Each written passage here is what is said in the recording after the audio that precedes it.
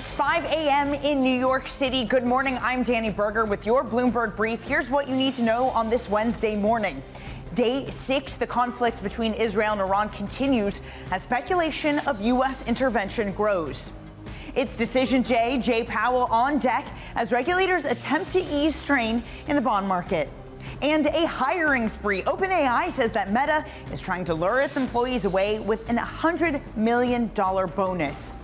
It is escalation that is the fear of this market. At least it was of yesterday, with President Trump putting on Truth Social, calling for total surrender of Iran. More U.S. military assets moving to the region. You got a sell-off yesterday, a slight one, less than 1% for the index. That turns into some gains this morning. Your S&P futures session up 0.33%, about the same for the NASDAQ 100 futures as well.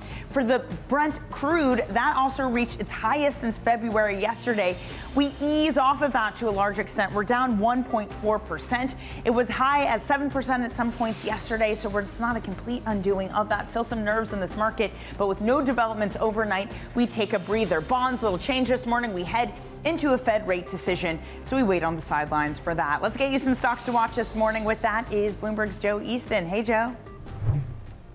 Hey, Danny. So UBS shares taking another hit this morning as a Swiss lender gets its fifth downgrade in just a few weeks for the stock. We're now seeing UBS cut over at Morgan Stanley. They're going underweight due to the update from the Swiss government on the capital outlook. Remember, the Swiss government telling the bank they need to hold around $20 billion worth of cash on their books following the takeover of Credit Suisse. So that one coming down. Morgan Stanley coming more bearish on there. Then we've got Airbus following the backdrop of the Paris Air Show this week. Airbus increasing its dividend target, saying they're going to pay out around 50% of their profit in dividends if they manage to sell as many planes as expected. So Airbus gaining around 3% in Paris. And then finally, Peloton rebounding following that massive drop yesterday that followed news that the Senate is not looking to include health savings accounts in your allowances for buying Pelotons and also your gym memberships as well. So that took a big drop yesterday, coming up slightly today. And as usual, check out the Before the Bell opening wrap for a fantastic roundup of all of these and more on the Bloomberg Terminal, Danny. We will definitely do just that, Joe. Thank you very much. We'll catch up with you later in the hour. Also, in this hour, in just moments, we'll be speaking to SocGen's Kit Juckes on his euro-dollar call. And later in the hour, we're going to be drum-beating to the Fed decision with Citi's Andrew Hollenhorst. Now, Kit seeing a ceiling to a higher euro-dollar, writing, quote, "We expect the euro-dollar to trend higher over time, reaching 120 by early 2025, but we don't think it has much more upside than that. The U.S. economy is softening, but so far there's nothing to encourage overly gloomy U.S. growth forecasts or hopes of aggressive Fed easing." Joining us now is Kit Juckes, Chief FX Strategist at SocGen. Kit, that might be 2026, I take it, since we're already past the early stages of 2025. But even so, Kit, we are seeing some perkiness in the dollar and slight as the geopolitical conflict unfolds in Iran with Israel. To what extent does theory about this economy, about the U.S., give way to instinct and haven buying for the dollar? Oh, it can do at any point in time. I mean, there's a lot of uncertainties around it. Look, for me, there's a couple of things. Firstly, in terms of euro-dollar, there's a European side to this, which is that the decision to roll back the debt brake to some degree is a big move. Euro-dollar was around about 150 when we saw the decision to put the debt brake on when it was first announced. So we're a lot weaker than that. So the fiscal monetary policy mix in Europe is changing. And I think that's reflected in higher bond yields, and that's important. So that side of it is a bit more in the background. I think, though, it's related to the really big issue, which is that I think we've had an awakening this year of the fact that the global investor community is very overweight U.S. bonds and U.S. equities. That foreigners at the end of last year owned $62 trillion worth of U.S. assets. That's a wacky big number. Some of it on the equity side is due to the valuations of U.S. equities going higher. And I can divide our clients into two groups. The ones who think there's no alternative but to go and buy U.S. equities, which is equity investors, and the ones who think that the bond yields that are available elsewhere are now more attractive, safer. For example, you give up, 15 basis points to have a 10-year Australian bond and a debt to GDP ratio that's 1/3 of the United States. So you divide it out like that. But I think there's this, I've had a sense for the last few weeks that the market has become, if you like, inclined to hedge dollars or sell dollars on any rally that it gets. And we've held up near that kind of 115, 116 level that we reached initially. We've held up there. So I think we're going to make another push up to 120. We're not going back to pre-financial crisis levels. The European potential growth rate's way too low for that. But I think we can get to a 120 world. Kit, to the point of we were way overweight the U.S. coming into this year, the latest Bank of America investor survey showed that they are most underweight, most short the dollar, underweight the dollar in 20 years, 31% underweight. They're calling it the most contrarian trade. Has positioning completely flipped? Is it now to the other side? So I think the investor position in terms of global investors owning U.S. assets is still very high. We still, as the saving nations of the world, have too much of the biggest borrowers' investments because we're lined up that way, and they're uncomfortable about it. I think in the foreign exchange market, whether we look at the weekly CFTC data on short-term positioning or whether we look at some of the surveys, you're absolutely right. We are in way over our skis, short US dollars, and that's a problem. I thought that was going to be a problem that was going to keep Eurodollar, from invulnerable over the course of the next few weeks. I don't really understand why it's as weak as it is today, with all these people holding on to these positions amid massive geopolitical tensions. So I'm uncertain as to how this plays out. I think, though, the biggest flow is this one of hedging long-term investments in dollars that are underhedged in the equity and bond market. Does that create this risk then, Kit, of a dollar doom loop? This idea that the dollar starts to fall. So if you're a foreign investor, you're looking at losses on your U.S. assets. Therefore, you're less likely to invest in the U.S. Therefore, the dollar starts to weaken, and on and on and on. To what degree is that a real risk for the market? Well, I mean, I started doing this in 1984. The dollar peaked in February 1985 in the Reagan years. And by 1987, in the second half of 1987, it had given back all of the last few years' rallies. I mean, an enormous rally it had, completely unwound. The U.S. economy was growing at 3% per annum. I mean, there's lots of what was going on. And I look at that period and look back and say, well, that is what, if you like, a doom loop looks like. Everybody had been long dollars. It went up far higher than they thought. And then when it started going down, it just went down on its own momentum, like a stone that gathers no moss. Yes, it's possible. I think it's unlikely. I think I shall be interested to see how this plays out. What I think is more likely is that there will be continuously a belief that if you want high returns in global equities in particular, you're going to have some American AI stocks somewhere in there. Because if they have to pay £100 million $100 million sign-on bonuses for people, it's because it's going to be a great industry. So I don't think the dollar's going to go further. I am not going to put a 130, 140, let alone a 150 euro-dollar forecast down on a piece of paper unless I see this dismantling of just the positions driving everything, or a crushing recession in the United States. Neither of those seems to me like a central case. But I've had to wait 40 years to see how a really big dollar rally unwinds. So here's my second go. Hey, Kit, careful. You're about to get a call from Mark Zuckerberg asking to poach you away from SocGen 2 with that $100 million bonus if you keep making good calls like this. Look, it's this moment where part of the narrative also, to your point, is how do you outperform without U.S. assets, without AI? To that point, Christine Lagarde writing in the FT yesterday saying that this is the moment for the global euro, that its time has come. How much credence do you give? And this is something she's been saying for some time. How much credence do you give to her push to have the euro replace something like the dollar in its part in the global FX world? It can do so up to a point, but one of the reasons, there are lots of reasons the dollar's dominant. I mean, it's a very strong economy, and it's got very dynamic economy, and it's a very much less regulated economy. So it's got lots of advantages to it. That's not to stop the fact that German investors might find they get, Bund yields are attractive, or more particularly BTP yields are attractive at these prices. But it's difficult to become a dominant currency if you're running a big current account surplus. And that's part of Europe's problem. One of the reasons that we all need dollars is that, frankly, they need our money. The US undersaves, overinvests, gets growth from it, and it does it by borrowing money or encouraging foreigners to come and invest in the United States. Now, you could create a catastrophe if a U.S. administration really went out of its way to scare the global investor community out of the U.S. dollar. That's not inconceivable.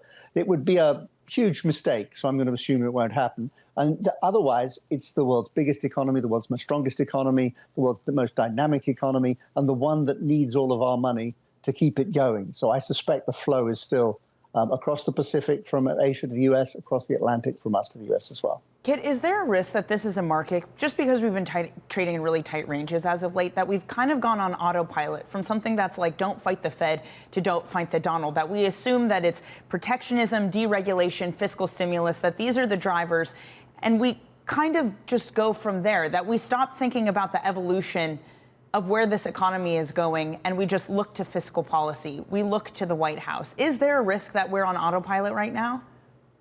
I don't know if we're on autopilot when we just look at this vast array of massive risks and try to figure them out.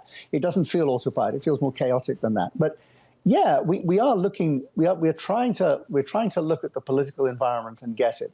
What I think we're doing is just reacting minute by minute to news bombs that go both ways. It's, the financial crisis felt to me like a series of dominoes falling one after another in the same direction.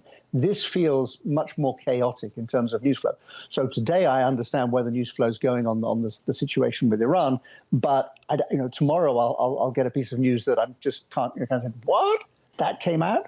And so I think we're just jumping around, and that's in the last few weeks, that's tied us into narrower ranges because we're just looking at things in both bonds and equities and currencies.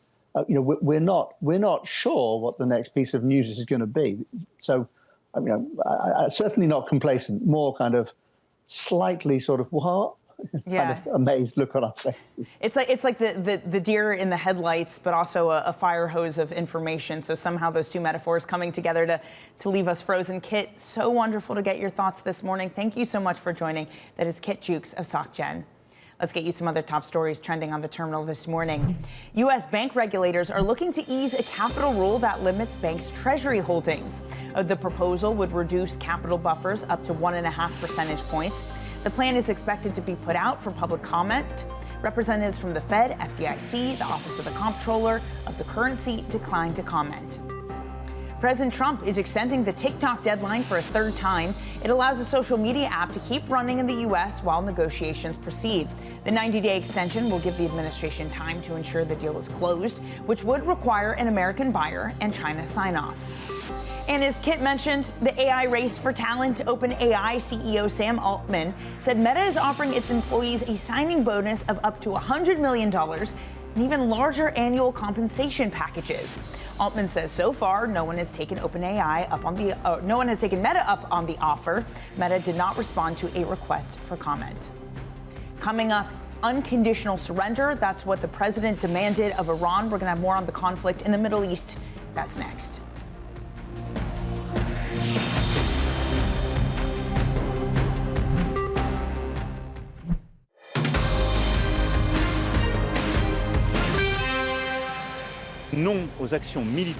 No to military actions aimed at regime change, because no one knows what comes next. Haven't we collectively seen the consequences this has had in the region and beyond? Does anyone think what was done in Iraq in 2003 was a good idea? Does anyone think that what was done in Libya last decade was a good idea? No. The Israel-Iran conflict entering a 6th day. President Trump has weighed in on Washington's options in talks with his national security team. On Truth Social, he called for Iran's unconditional surrender, adding that America's patience was wearing thin. Joining us for more is Bloomberg senior editor for U.S. government and economics, Derek Wallbank. Derek, what do we understand about the U.S.'s involvement up to this point? Well, Danny, right now the U.S., which has long been Israel's #1 diplomatic weapons supplier and defense partner, has been playing a mainly defensive role. But the key question is whether or not that's going to expand to an offensive role. That's the decision before President Donald Trump right now. And he has said very clearly what he wants out of the situation. He wants Iran to not have a nuclear weapon, not have a pathway to a nuclear weapon, and to give up on its nuclear ambitions. How he gets there is the key question. Does the U.S. get involved in an escalating conflict in the Middle East? Or does Trump figure out that he wants to go into a more negotiated kind of posture, or do we keep proceeding as we're going right now? Really, this is a question that's going to be answered by the American president at some point. He has, as I say, been very clear on where he wants to go, has been very quiet on how he's going to get there.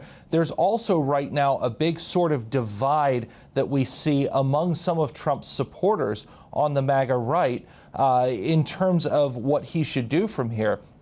You know, you do see some people like Tucker Carlson, who Trump has criticized for taking this stance, but say it's not really MAGA to be looking at an escalating involvement in the Middle East. And other sides, you get people like, you know, your Ted Cruz's of the world, your Lindsey Graham's of the world, who have long called for change in Iran and see now as a time to make that happen.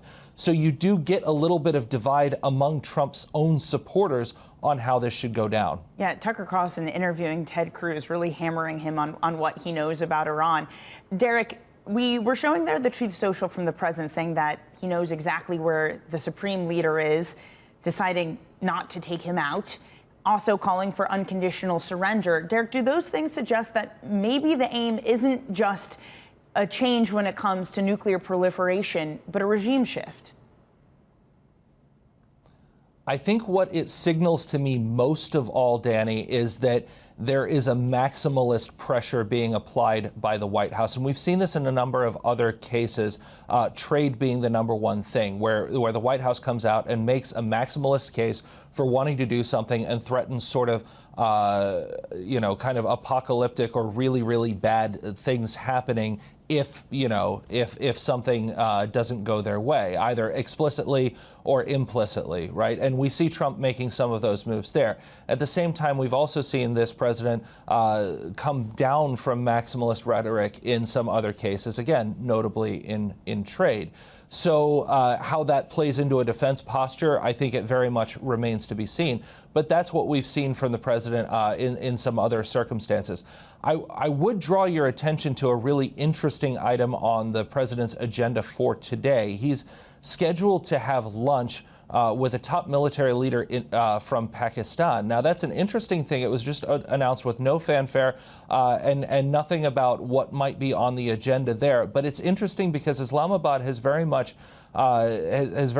taken up for Iran, has spoken in Iran's favor since this conflict launched, but also has suggested it could play a sort of go-between role and maybe a mediating role between the U.S. and Iran and trying to find a solution there. So I'm going to be really interested to see what comes out of that. Is that a place for maybe Iran's message to get to the president, the president's message to get to Iran, or is that maybe something where Trump is trying to leverage Pakistan as a place to say, maybe there are trade deals to be had if you don't get involved and if you don't provide Iran aid. How that goes, where that's going to go, I think is going to be a really interesting thing to watch that I think people may not be paying attention to, but it might be worth paying attention to as well. Derek, absolutely spot on. Thank you for flagging that. We definitely will need to. Derek, thank you so much.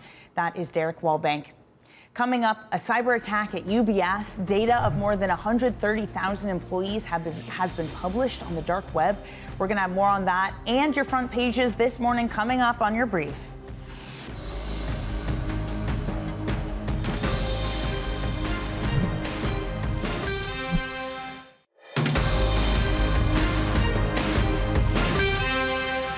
Welcome back to Bloomberg Brief. I'm Danny Berger in New York. Let's take a look at the front pages this morning. What's making headlines in major outlets? First up, on the New York Times, Iran is said to be preparing missiles and other military equipment for strikes on U.S. bases in the Middle East. The Times cited American officials who have reviewed intelligence reports.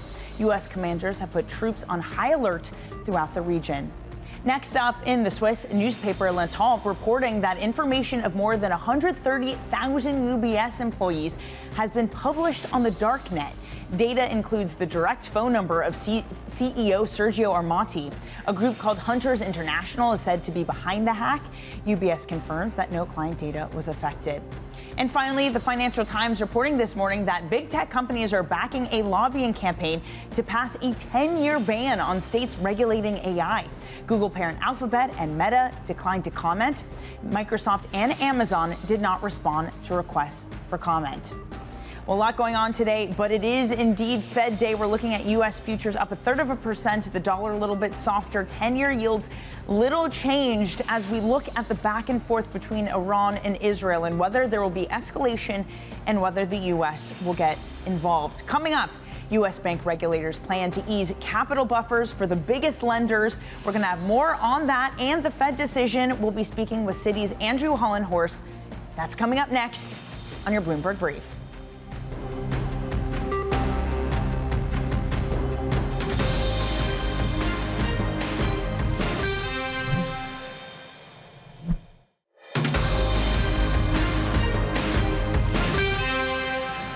It's 5:30 a.m. in New York City. Good morning. I'm Danny Berger with your Bloomberg Brief. Here's what you need to know on this Wednesday morning. Day 6, the conflict between Israel and Iran continues as speculation of a U.S. intervention grows. It's decision day. Jay Powell on deck as regulators attempt to ease strain in the bond market. And a hiring spree. OpenAI says Meta is trying to lure its employees away with an $100 million bonus. It was multiple things weighing on this market yesterday. A soft batch of U.S. data from retail sales and industrial products, both falling in May, plus the news flow of the past 24 hours. Are we seeing something that looks like more involvement from the U.S.? But we rebound this morning up 1/3% for the S&P, 1/4% for the NASDAQ. When it comes to oil, that also takes a leg lower after it reached its highest level yesterday since February. That's down 1 1/3% with no new updates overnight on the conflict in the Middle East. Your 2-year yield and 10-year yield are little changed at 4.38 for the 10-year yield. Let's get some stocks to watch now. Here with that is Joe Easton. Good morning, Joe. Hey, Danny. So UBS taking a double hit in the banking space today. Firstly, we had a downgrade over at Morgan Stanley, cutting it to underperform. And then also news of a cyber attack at a third party. UBS saying that none of their client data, importantly, has been affected. It was more related to employee numbers. But that stock significantly weaker following that cyber attack and the downgrade from Morgan Stanley as well. Then we've got Airbus.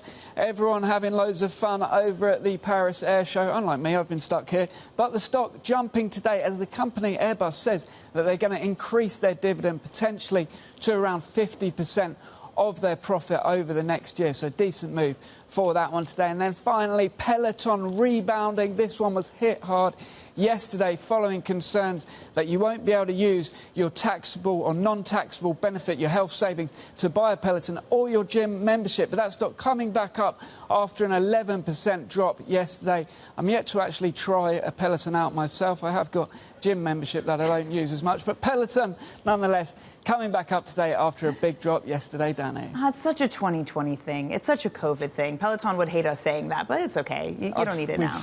We've missed the boat. We've missed the boat. It's too late now. Who wants to ride a bicycle in one spot anyway? Get outside, Joe, enjoy the fresh air and ride a bike. I think that's the way to go. Joe, thank you so much for, as always, Joe Easton there with some stocks to keep an eye on this morning. Let's get you to a Bloomberg scoop now. The Fed, the FDIC, and the OCC are planning to reduce the Enhanced Supplementary Leverage Ratio, or the ESLR, for the biggest lenders, including J.P. Morgan, Goldman Sachs, and Morgan Stanley, essentially allowing banks to hold more treasuries. It comes after concerns that the rule constraining their trading in the treasury market led to more volatility. For more, Paul Davies, a Bloomberg opinion columnist for banking and finance, joins us now. Paul, just how much of a change is this for the treasury market? Yeah, it should be very supportive for trading, I think, for banks' ability to, intermediate the market, to take on treasuries and offload them again. I'm not sure that it will definitely lead to, a significant increase in the amount of treasuries that banks hold long term. I don't think that's really the point of what they're doing here. But it should improve, or it's designed to improve, the kind of the functioning, and the resilience and the liquidity of the treasury market in general. Well, certainly from the Fed and the regulator side, it is that liquidity concern. The Treasury, though, has also been calling for this type of change, and they're more concerned with U.S. debt sustainability and Treasury yields. Paul, can it make a dent when it comes to that and when it comes to what we're likely to see in terms of larger auction sizes? I mean, in terms of banks' ability to bid for, large slates of treasuries in auction, that should help. And in terms of, everybody's ability to trade treasuries, that should also just help in general, the kind of the yields available. But that's more because of an effect of liquidity rather than an effect of creating extra demand. I mean, Scott Bessent, the Treasury Secretary, has talked about this a bunch of times in terms of increasing the demand for treasuries. I don't think it necessarily does that among the banks themselves who are going to benefit from this capital change, but it might help improve demand among a sort of a broader array of investors who will have more assurance that they'll be able to, get in and out of positions when they want to. Paul, thank you very much for that. That is Paul Davies of Bloomberg Opinion. Now, Citi Andrews Hollenhorst looking ahead to the Fed decision this afternoon, writing, quote, "We expect this week's FOMC meeting to mostly be a placeholder, with Powell continuing to advocate for a wait-and-see approach. But 3 months of slower core inflation data and the absence of any tariff-related price pressures through May leaves the door open for rate cuts later this year." Joining us now is Andrew Hollenhorst, Chief U.S. Economist at Citi. Andrew, does that mean this one's a snoozer? Turn off your coverage and look again in July? Well, there's still something to watch, Rich. It is an interesting meeting in the sense that this is the meeting where the Fed will have fully incorporated tariffs into their forecast. So we should see the forecast for inflation coming up. We should see the forecast for the unemployment rate coming up. That would be including that tariff effect. But like we were writing about, it's very interesting because the inflation forecast is coming up, but the inflation data itself has been cooler. We actually have 3 months of cooler inflation now. So there is a question, what is Powell going to emphasize? Is he going to be more focused on this tariff-related inflation that we may see later this year, or the 3 months of cooler inflation that we actually have in the data? Do you also assume then, if they are starting to incorporate what their expectations are for inflation, that the dots will be different this time versus 2 last time of cuts? I think what they're going to do with the dots is to leave them where they are. I think it's a little bit of a close call on the dots for this year. Right now, the median would indicate 2 25 basis point rate cuts. The risk would be that they shift that to just 1 25 basis point rate cut. But again, if we look at the inflation data that we have in hand, I think it's a little bit hard to be arguing that they need to get a lot more hawkish here. I think it is still this wait and see. And if you're waiting and seeing, you're trying to send a neutral message, best way to do that is just leave the dots unchanged. Well, I guess the argument is that the data we've had doesn't fully incorporate tariff-induced inflation yet, that you had some issues with maybe a pull-forward effect that's also skewing this month after that starts to ebb. Is that a fair argument? Should the Fed be paying attention to the 4 months of data that shows softer inflation, or should they be ignoring it because you might get inflationary effects to come? Having spent a long time forecasting the U.S. economy, I would say always take the data that you have in hand more seriously than your forecast for where things are going, because this is really the reality. And I think that's both that we have slower inflation, and if you look at where the inflation has been focused, this slowdown that we've had in shelter inflation, the slowdown that we've had in services inflation has been very broad-based across categories. So if there was a concern that we were going to have some kind of persistent inflationary pressure, even if we get some goods-related inflation later this year, I think we should be a lot less concerned now that that's going to turn into some kind of persistent inflationary problem. So I think there's a lot of dovishness in this data that we've had more recently. Is the Fed going to get there today? No, I think the easier choice for Powell is just going to say we're still going to wait and see. Does that mean down the line, and obviously we're not there yet, this fear that the dual mandate's going to come under pressure, that we are going to see persistent inflation as the economy starts to weaken? Are you less concerned about that then, because you see the inflation picture remaining a little bit more benign? I think we should all be less concerned about that after the data that we've had. Yes, you still have to think about these scenarios where maybe we could get an uptick in goods inflation. But again, if we're just seeing it in goods inflation, that really is the one-time increase in the price level associated with tariffs. It's not this broad-based inflationary pressure. What about higher oil prices should the conflict escalate in the Middle East? Does that hit the radar of the Fed? What will Jay Powell say to the inevitable question that he's going to get from the media as to how that impacts their forecast? I think what he's going to say is probably similar to what I would say, which is that it's something that we're watching. We know that higher oil prices prices lead to higher gasoline prices, and that leads to higher headline inflation. But again, the question is, does this pass through more broadly into core inflation? If I was seeing a lot of demand pressure and a lot of price pressure generally in the economy, then I would think those higher gasoline prices, well, people will see that and they'll expect higher inflation and they'll ask for higher wages and we'll have this kind of cycle of inflationary pressure. That's just not really what's going on right now. And then there's also a question about, are oil prices even going to stay at the level that they are now? And the level that they are now is still significantly down from where they were not that long ago. So I don't think that the Fed is really going to have a big concern right now with oil prices, but they'll certainly say they're watching it. There was some interesting data yesterday in the retail sales number, and the headline was bad. The control group was okay. Spending at restaurants and some of those discretionary items did take a big dive. I know the data there is a little bit noisy, especially when it comes to things like restaurant spend. But could that be the start of some finally slowdown in the American consumer? It could be, and if you go back to the first quarter of this year, consumption held up fine. We did have a slowdown in services consumption in the first quarter after that data got revised. So, to your point, you kind of have to wait a while for the noise to filter out of some of this data. Right now, that retail sales report, we had big front loading of auto purchases, for instance, in March and April. Then that came off in May. That's part of the reason that we saw that big decline in the headline number. So I think it's really hard to take a strong message from that. But yes, we're seeing less price pressure in the services data. We're hearing about less demand, particularly in things like travel, airlines, leisure and hospitality to some extent also. That would be the restaurants. So I would want to see, are we going to continue that trend for another couple of months? I'd say the labor market has a lot of differing forces right now. And I think one of the more interesting ones is what's happening with AI. You have Meta saying that they're going to, or Sam Altman saying they're trying to poach people with huge bonuses. But there's also Andy Jassy of Amazon putting out a letter to its employees saying that AI is going to start to replace some of you, saying we're going to get more efficient and it's going to mean a smaller workforce and a more efficient workforce. Does that start to impact the labor market? At what point do you start to see the real effects of some of the productivity gains and what also might result in a shrinking workforce? Yeah, well, that's right. I mean, you say productivity gain, right? Productivity gain means doing more with less workers and less work hours. So that does mean that there are jobs and there are hours worked that used to be part of the economy that no longer are. I don't think that's having a huge macro effect yet. I think everybody's watching AI and saying, how fast is this going to move? That's what's really disruptive for the economy. It's not that we can't adjust to new technology. New technology is good for the economy. It's just if that transition happens very quickly, if you entered college training for a job, and by the time you get out, that job no longer exists, that's an issue. I don't think that's where we are now. What we do have going on in the labor market now is weaker hiring overall. And again, I'll go back to the new college graduates. You're seeing that in that data. Unemployment for new college graduates is coming up. We're seeing continuing jobless claims coming up. So there are some signs that hiring is very weak right now.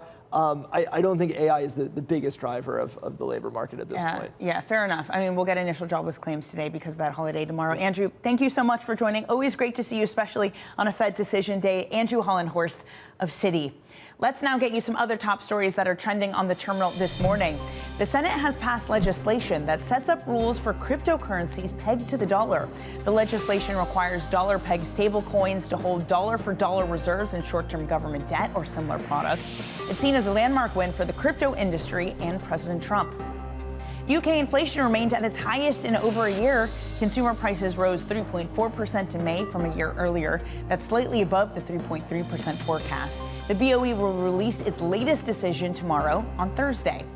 Shares of Nintendo rallying to a record after strong sales of the Switch 2. The game maker sold over 3.5 million units in the 4 days since it launched. Its arrival marks the biggest consumer tech product release of the year so far.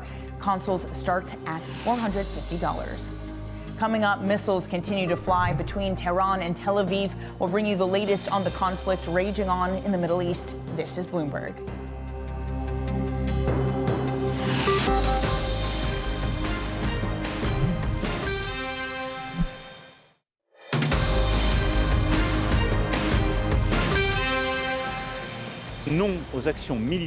No to military actions aimed at regime change, because no one knows what comes next. Haven't we collectively seen the consequences this has had in the region and beyond? Does anyone think what was done in Iraq in 2003 was a good idea? Does anyone think that what was done in Libya last decade was a good idea? No. French President Emmanuel Macron speaking earlier. His counterpart in Washington, meanwhile, is considering all options on the table. President Trump posting on Truth Social, calling for Iran's, quote, unconditional surrender. Joining us for more is Bloomberg Horizon's Middle East and Africa host, Jomana Bercetchi in Dubai. Jomana, a lot of questions about what unconditional surrender actually means. What is the U.S.'s aim and involvement up to this point? And that's the big question that everyone around the world seems to be asking, especially after President Trump departed from that G7 summit rather abruptly, ostensibly to refocus on the situation in the Middle East. What we do know is that yesterday he had over a 1 hour call, or 1 hour meeting, I should say, with his national security team. There was no statement put out after that meeting, so unclear what went on there. He also had a phone call with the Israeli Prime Minister Benjamin Netanyahu. Again, no readout of that call either. So at this point, it is unclear what the U.S. president is thinking. However, if you look into some of the posts that he's put up on Truth Social after the last 24 hours, what is apparent is that his stance vis-a-vis Iran has become more hardened. You just spoke about there him demanding Iran's unconditional surrender. He spoke about the Ayatollah himself being an easy target, but that they're sparing him for now. He also said, we are in control of the Iranian skies, using the plural form, we, suggesting that the U.S. is already somehow involved in the action, in the strikes that are taking place. Of course, there is no military involvement yet to speak of, but that is the big question going forward. Will the U.S. president decide to go down the diplomatic route, bring Iran back to the table now that they are in a position of weakness, especially with the attacks on their nuclear sites, or does he go down the military involvement route, in which case he would assist Israel with those airstrikes, particularly on that Fordo nuclear facility, which is buried deep underground and very difficult to get to without the support of U.S. munitions. And remember, Danny, this is a U.S. president who campaigned on getting the U.S. out of, quote unquote, forever wars in the Middle East, both in his first term and in his second term. He's got a big decision at stake here. And the other question that people have to think about as well is, what is the justification if the U.S. do get involved militarily? And two, what is the exit strategy? Well, Iran, we've seen spokespeople there saying that Iran would respond to the U.S. directly if it is involved in the attacks. Jomana, what is the concern there? How do things actually escalate if the U.S. gets involved? Well, that is, again, I think you need to go back to what the Iranian side have been saying. The Iranian ambassador to the UN this morning saying that at this point, they have not made any decision. But if it becomes apparent that the U.S. are involved militarily on strikes in Iran, then they would not hesitate to respond and to strike back on U.S. assets. And so it is actually taking things one step further. It will be seen as a dramatic escalation, and it really does run the risk of broader confrontation and conflict in the region as a whole. Remember, the U.S. has 9 installations dotted around the region. All of those could potentially become targets in a situation where the U.S. decides to intervene militarily. So very precarious situation, Danny. Jomana, thank you so much for your excellent coverage. That is Jomana Bercetchi in Dubai. Turning now to tech, where the competition for talent in AI is heating up. OpenAI Sam Altman says that Meta, which is reportedly building a superintelligence team, has offered some of his staff signing bonuses as high as $100 million. Speaking on a podcast, Bloomberg's Charlie Wells is here with us. Charlie, $100 million, and that's just the start. Meta is trying to spend big. Yeah, so look, that doesn't even include the annual compensation figure. And this really just speaks to the fact that there certainly is a race for talent in the AI space.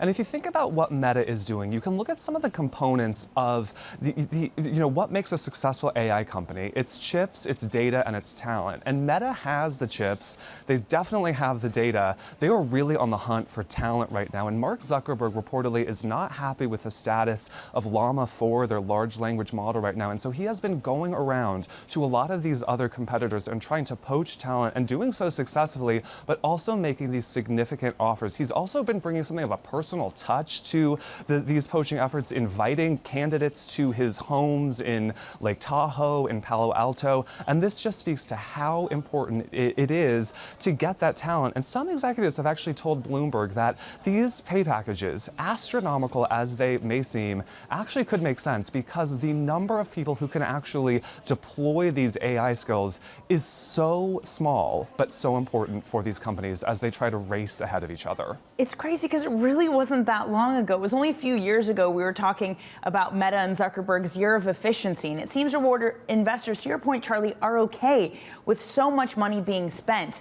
We also heard that xAI, Musk's AI venture, has been burning through $100 billion a month. Is there an element, Charlie, where they have to spend? They have to spend to keep up and not get replaced as technology quickly changes. Well, that's the story that we're hearing, and it's interesting because just a few months ago, remember, there was so much concern about CapEx for these AI companies when you had that DeepSeek threat come in early in this year. That narrative, at least in the market, seems to have been dissipated or forgotten. And it's really interesting because if you look at Meta, you see them spending big on talent. If you look at xAI, you really see them spending big on infrastructure, on actually buying instead of renting the chips that are necessary for this technology. So that speaks to sort of differing strategies here, but looking at xAI and trying to differentiate between some of the other firms, they have a little bit of a revenue issue, right? So they are expected, at least according to people who have seen these financials, to bring in some $500 million this year. Compare that to OpenAI. They're expected to bring in some $13 billion, according to people familiar with the matter. So a bit of an issue there, but this in a lot of ways is classic Musk, right? What he tends to do with these businesses is spend a lot early, invest a lot early, not worry so much about revenue, and then reap the profits later. Fair enough. By the way, Charlie, I might have said they're burning through $100 billion. I definitely meant $1 billion. $100 billion would actually be like bananas crazy numbers. Still a lot of money. Let's be clear. Charlie, thank you so much for joining. That is Charlie Wells. Coming up, jobless claims data coming in early ahead of the holiday, plus a Fed decision on deck. All of that, we'll have your trading diary for you next on your Bloomberg Brief.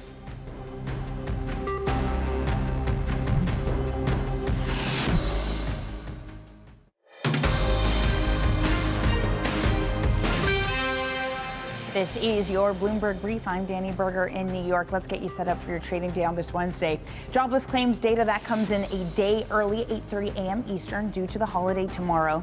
Then we're going to get U.S. housing starts and building permits. That comes at 10 a.m. And the Fed announces its rate decision. That, as always, is at 2 p.m., followed by Chair Powell's press conference at 2:30. Now, some individual movers for you in the pre-market. Tesla is somewhat higher this morning, about 9/10. It closed down almost 4% yesterday. A lot of volatility there ahead of the robo-taxi launch this weekend. Circle, that's gaining more than 3%. The U.S. Senate passed a stablecoin bill setting up regulatory rules for cryptos pegged to the dollar, so some excitement there. Finally, Peloton, that's higher by 2%. Again, this is a bounce back after yesterday. It tumbled double digits on Tuesday as a Senate bill omitted the use of some HSAs for some fitness allowance. All right, a quick check on oil as we head into the end of the hour. It is lower this morning after gaining yesterday to the highest level since February. Currently 1% lower. Is no news out of D.C., at least when it pertains to Iran-Israel. For now, we'll see if that changes. That is it for your Bloomberg Brief. Surveillance takes things from here.